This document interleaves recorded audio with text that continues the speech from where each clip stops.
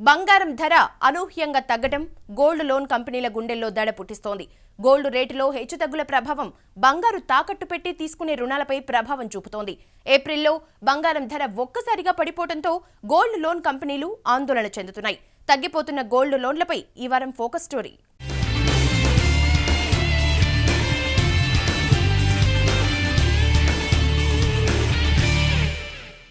బంగారం విలువపై 90% వరకు లోన్లు ఇస్తామంటూ యాడ్లు గుప్పించిన గోల్డ్ లోన్ కంపెనీలు ఇప్పుడు ముఖం చాటేస్తున్నాయి.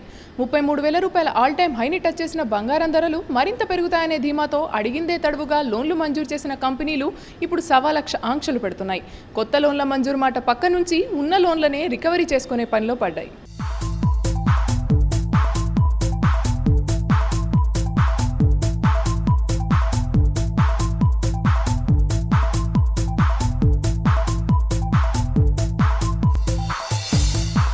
బ్యాంకుల్లో పర్సనల్ లోన్లు తీసుకోవాలంటే డాక్యుమెంట్లు, వాల్యుయేషన్ అంటూ నానా తంటాలు పడాల్సి వస్తుంది.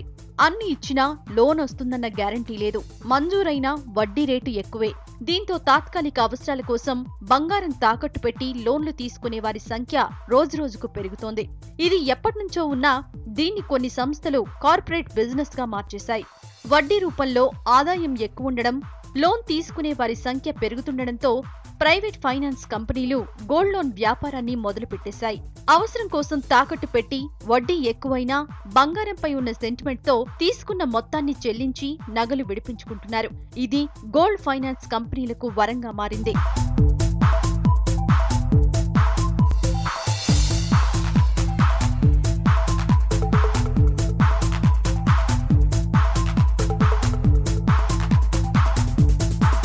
ప్యూర్ గోల్డ్ కంటే 22 క్యారెట్ల బంగారు నగలనే ఎక్కువగా తాకట్టు పెట్టేస్తున్నారు. ప్రైవేట్ సంస్థలతో పాటు బ్యాంకులు కూడా బంగారంపై రుణాలు బాగానే ఇచ్చాయి. అయితే బంగారం దిగుమతులు పెరిగి కార్డ్ ఆందోళన స్థాయికి చేరడంతో బంగారంపై ఇచ్చే రుణాలపై బ్యాంకులకు పరిమితి విధించింది కేంద్ర సర్కార్. దీంతో 22 క్యారెట్ల బంగారం విలువపై 60% మాత్రమే రుణం మంజూరు చేస్తున్నాయి బ్యాంకులు. అయితే ప్రైవేట్ సంస్థల మధ్య పోటీ పెరగడంతో కొన్ని కంపెనీలు రిస్క్ ఉన్న లాభాల కోసం 70 నుంచి 80% వరకు గోల్డ్ రేటుపై లోన్లు మంజూరు చేశాయి.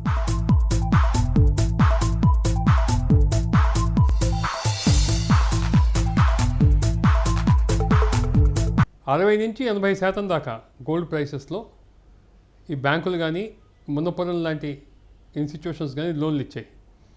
జనరల్గా లోన్ క్లాస్ ఎలా ఉంటాయంటే వాళ్ళు టాపప్ చేస్తూ ఉండాలి, ఆ మార్జిన్ ప్రకారం పడిపోయినంత వరకు కడుతూ పోవాలి. ఆ కట్టలేని స్థితి వచ్చినప్పుడు జనరల్గా కస్టమర్స్ ప్రాబ్లం వస్తుంది. అప్పుడు వీళ్ళు ఆక్షన్ చేయాల్సి వస్తుంది. 33,000 రూపాయల ఆల్ టైమ్ హైని టచ్ చేసిన గోల్డ్ మరింత పెరుగుతుందని వేసిన అంచనాలు తలకిందులయ్యాయి. పుత్తడి ధర ఒక్కసారిగా 25,000 రూపాయల స్థాయికి పడిపోవడంతో గోల్డ్ లోన్ కంపెనీలు అప్రమత్తమయ్యాయి. పసిడి 3 ఏళ్ల కనిష్ట స్థాయికి పడిపోవడంతో బ్యాంకింగేతర ఆర్థిక సంస్థల నుంచి గోల్డ్ లోన్ తీసుకున్న వారిలో ఎక్కువ మంది తీసుకున్న రుణాలను చెల్లించే బదులు ఎగ్గొట్టడమే బెటర్ అని భావిస్తున్నారు. కారణం, గ్రాము బంగారంపై లోన్ రూపంలో ఇచ్చే మొత్తం 2,400 రూపాయల నుండి 1,700 రూపాయలకు పడిపోవడమే. దీంతో పెరుగుతున్న ఎగవేతదారుల సంఖ్యను చూసి కొత్తగా లోన్స్ ఇచ్చే బదులు ఇచ్చిన లోన్లను రికవరీ చేసుకునే బాటలో పడ్డాయి గోల్డ్ లోన్ కంపెనీలు.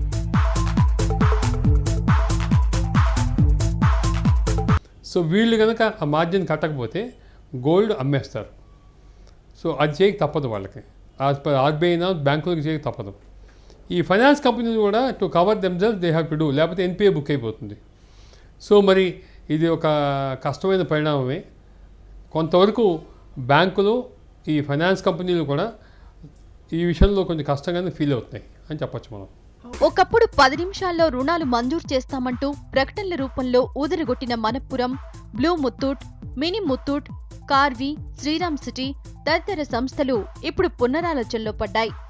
గోల్డ్ మంజూరును గతంతో పోలిస్తే సగానికి తగ్గించేశాయి. భారతీయులకు బంగారం ఓ సెంటిమెంట్ అని భావిస్తున్న ఈ సంస్థలు ఇచ్చిన లోన్లు రికవరీ అవుతాయని ఆశ పెట్టుకున్నాయి. మరోపక్క మళ్లీ బంగారం ధర పెరిగితే వ్యాపారం గాడిలో పడుతుందని కంపెనీలు భావిస్తున్నాయి.